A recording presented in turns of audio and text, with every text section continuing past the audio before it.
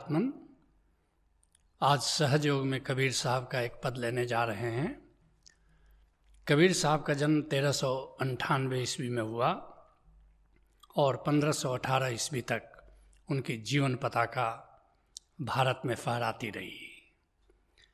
कहते हैं कबीर साहब, चल हंसा वा देश जहाँ तोर पिया बसे।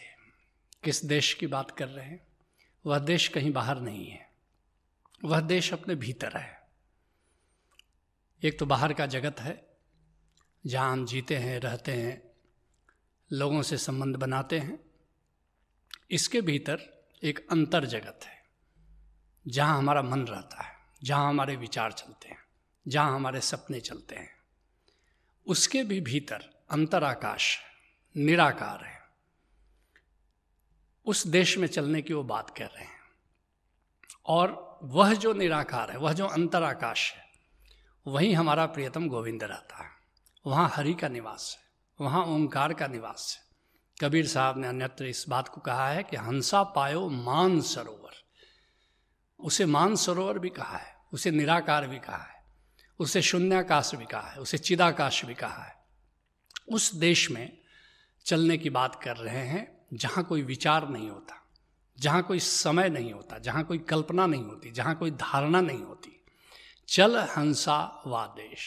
हंसा कौन है? ये हमारी जीवात्मा है, ये हमारी चेतना है, ये हमारा हंस है। और इसको आग्रह कर रहे हैं, इसको पुकार दे रहे हैं, इसको चुनौती दे रहे हैं, इसको आमंत्रण दे रहे हैं। ऐ मेरे मन, ऐ मेरी चेतना, बाहर के जगत में जो तुम रहते हो या कि अंतर जगत में तुम रहते हो, इसके भी पार एक सुहाना देश है जिसको अंतर आकाश कह सकते हो, जिसको मान सरोवर कह सकते हो। और वहाँ पर गोविंद रहता है, वहाँ गोविंद की बांसुरी बज रही है, वहाँ गोविंद का आलोक छाया हुआ है, वहाँ गोविंद की महफिल सजी हुई है। जिसके लिए पलटू साहब कहते हैं, चलहु सखी वाही देश जहाँ दिवस नहीं रजनी। ऐ मित्रों, ऐ सखियों, ऐ साधकों, उस देश को चलो जहाँ रात और दिन नहीं है, वहाँ समय ही नहीं है। जिसके लिए गुरु नानक देव जी कहते हैं, तीनों बंध लगाए के सुन अनहद टंकोर, नानक सुन समाधि में नहीं सांझ नहीं भोर। वहाँ सांझ और बिहान नहीं है, वहाँ रात और दिन नहीं है। कहते हैं कबीर साहब, वाही देशवा में उरध मुख कुइयाँ साकर वाके मोहर। उस देश की पहचान क्या है? कैसे जानोगे कि उस देश में तुम पहुंच गए हो? वाही देशवा में उरध मुख कुइया, एक उल्टा कुआं है। भीतर उस निराकार आकाश को देखोगे तो तुम वास्तव में देखोगे कि उल्टा कुआं है और उसका मुहाना बड़ा सकरा है, एक बिंदु की तरह है। जिसके लिए पलटू साहब कहते हैं, उल्टा कुआं गगन में जिसमें जरे चिराग। उसमें एक चिराग जल रहा है, उसकी पेंदी में एक चिराग जल रहा है। उल्टा कुआं गगन में जिसमें जरे चिराग, और उसमें कोई तेल भी नहीं है, उसमें कोई बाती भी नहीं है, लेकिन एक रोशनी फैली हुई है। जब ऐसे उरद मुख कुइयां में तुम पहुंच जाओ, ऐसे उल्टा कुआं गगन में अगर देख सको, तो समझ लेना कि तुम उस देश में आ गए हो जिस देश की ओर कबीर साहब इशारा कर रहे हैं। कहते हैं कबीर साहब, सूरत सुहागिन है पनिहारिन, भरे डोल बिना डोर। अद्भुत बात कह रहे हैं। ये संतों का दो शब्द बड़ा मूल्यवान है, एक सूरत, एक निरत। जो जीवात्मा की सुनने की शक्ति है, भीतर सुनने की जो शक्ति है, उसको सुरती कहते हैं, और भीतर जो देखने की शक्ति है उसको निरति कहते हैं। कहते हैं कि उस कुएं में जल कौन भरता है? ये सुरती, सूरत सुहागन है पनिहार। ये पनिहारन है, ये जो भीतर सुनने की शक्ति है तुम्हारी, ये पनिहारिन बन जाती है। और भरे डोल, डोल बाल्टी को कहते हैं। जैसे कुआं में रस्सी और बाल्टी दो चीज़ें होती हैं, तो उस कुएं से जल भरने के लिए डोरी की ज़रूरत नहीं है। बाल्टी भर सकते हो, अपनी चेतना के पात्र को भर सकते हो। जिसके लिए कबीर साहब कहते हैं, आकाशे औंधा कुआं पताले पनिहार। यहाँ तो पाताल में कुआं होता है और आकाश में तुम रहते हो, लेकिन भीतर का जो कुआं है वो आकाश में है और पनिहारिन पाताल में है। आकाशे औधा कुआं पाताले पनिहार, जल हंसा कोई पियवई बिरला आदि विचार। और ये जो जीवात्मा है, कोई बिरला जीवात्मा, कोई बिरला संत, कोई बिरला साधक ही उस अमृत जल का पान करता है। कौन पान कर सकता है? जो आदि का की समझ रखता है, जो ओंकार की समझ रखता है। आदि ओंकार का ही एक नाम है। जो आदि की समझ रखता है, जो मूल की समझ रखता है, जो उद्गम की समझ रखता है, जो स्रोत की समझ रखता है, वह केवल उस अमृत जल का पान कर सकता है। कहते हैं कबीर साहब, वाही देशवा बादल ना उमड़े, रिमझिम बरसे में। वहाँ कोई बादलों को उमड़ता घुमड़ता नहीं देखोगे। बिन बादल बरसात हो रही है, कोई बादल नहीं दिखाई देता, लेकिन अमृत की वर्षा वहाँ पर हो रही है। इसको गुरु अर्जुन देव जी ने बड़े प्यारे अंदाज से कहा है, बरसे मेघ सखी घर पाहुन आए। मेघ दिखता नहीं, मेघ होता नहीं, मगर ऐसा लगता है कि मेघ से बारिश हो रही है। बरसे मेघ सखी घर पाहुन आए, और गोविंद पाहुन बन करके तुम्हारे आंगन में आ जाता है। मोहि दीन कृपा निधि ठाकुर नवनिधि नाम समाए। और कोई प्यारा संत मिल जाए तो नाम की मंजूषा में 9 निधि तुम्हें दे देता है। अगर नाम को जान लो तो 9 निधियां तुम्हें मिल जाती हैं, सारी सिद्धियां मिल जाती हैं तुम्हें। कहते हैं कबीर साहब, चौबारे में बैठ रहो ना, जा भी जहूं निर्देह। कहाँ हम बैठे रहते हैं?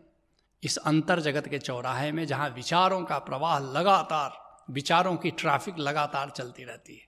हम वहीं रुक जाते हैं, हम वहीं बैठे रहते हैं। लेकिन कहते हैं कबीर साहब कि कब तक ऐसे ही चौबारे में तुम बैठे रहोगे? कब तक इसी विचार के जगत में तुम खोए रहोगे? और भीतर जाओ, और भीतर जाओ, जहाँ निराकार है, और वहाँ पर अमृत की वर्षा में भीगते रहो, नाम के अमृत के गंगा जल में भीगते रहो। लेकिन कैसे भीगोगे?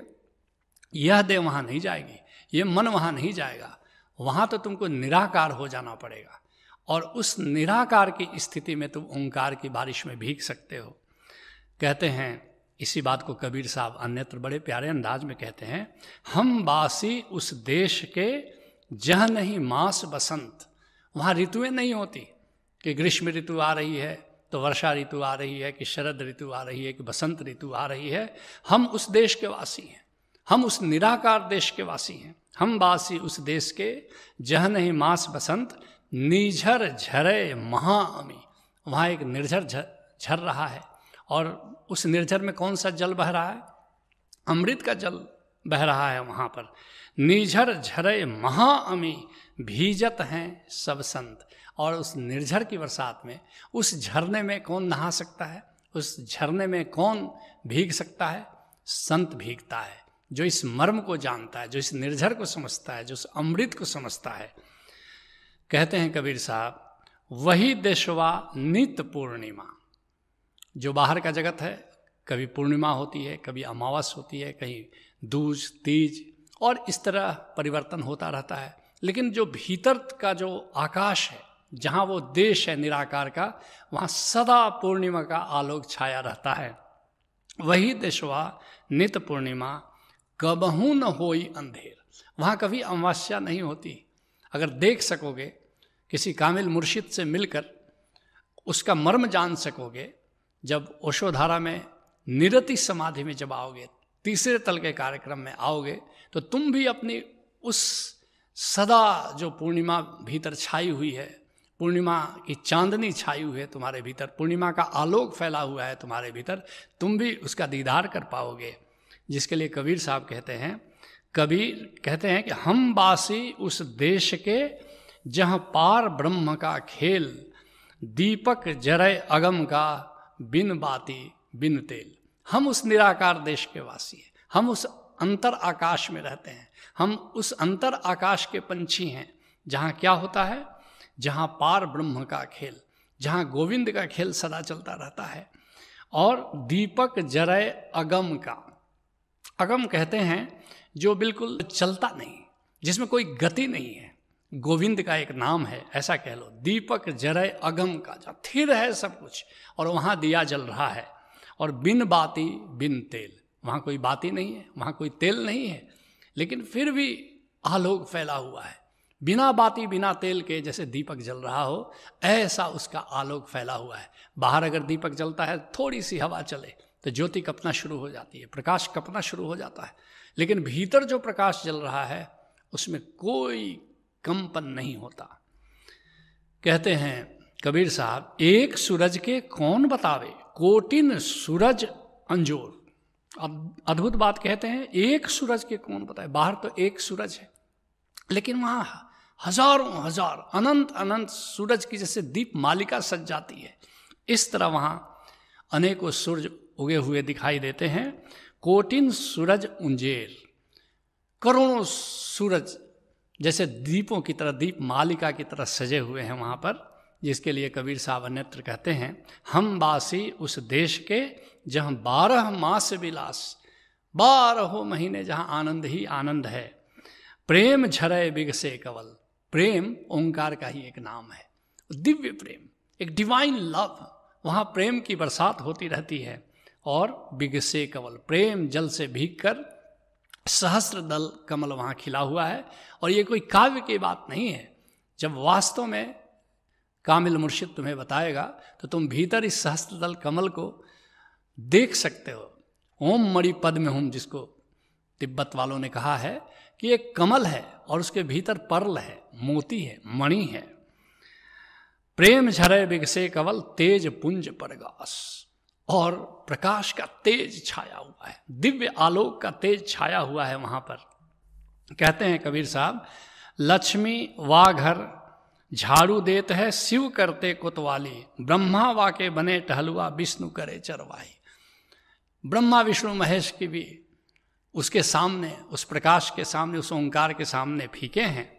कहे कबीर सुनो भाई साधो, ई पद है निर्वाणी। कहते हैं कबीर साहब कि अगर इस पद को समझ लो तो तुम निर्वाण को समझ लो। निर्वाण का क्या अर्थ है? जहाँ परम शांति है, जहाँ परम आनंद है, जहाँ परम मुक्ति है।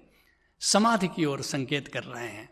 तुम इस पद को समझ लोगे तो समाधि में तुम्हारा प्रवेश सहज ही हो जाता है।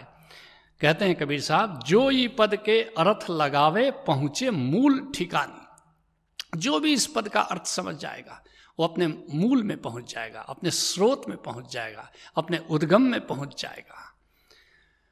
गुरु से ओंकार को जान लेना और ओंकार की डोर के सहारे अपने मूल तक पहुंच जाना, अपने उद्गम तक पहुंच जाना, यही सहज योग है। हरि ओम तत्सत।